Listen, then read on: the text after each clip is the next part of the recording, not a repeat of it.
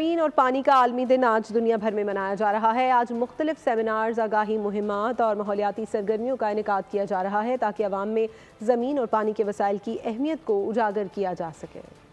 زمین اور پانی کے تحفظ کا عالمی دن، قدرتی وسائل کے استعمال اور آگاہی کے فروغ کا دن۔ زمین اور پانی کا عالمی دن منانے کا مقصد قدرتی وسائل کا تحفظ، پائیدار استعمال اور ماحولیاتی آگاہی کو فروغ دینا ہے۔ آج اس حوالے سے سیمینارز اور آگاہی واک کا انعقاد کیا جائے گا تاکہ لوگوں میں زمین اور پانی کے وسائل کی اہمیت اجاگر ہو سکے۔ صدر مملکت آصف علی زرداری کا ارتھ آور اور عالمی یوم آب پر پیغام، کہا پاکستان عالمی برادری کے ساتھ توانائی کے تحفظ، ماحولیاتی استحکام اور موسمیاتی اقدامات کے عزم کی تجدید کرتا ہے۔ اس موقع پر وزیر اعظم شہباز شریف نے عالمی دن کو قدرتی وسائل کے تحفظ سے منسوب کر دیا۔ کہتے ہیں، ہم نے تباہ کن سیلابوں، شدید گرمی کی لہر اور طویل خشک سالی کا سامنا کیا ہے۔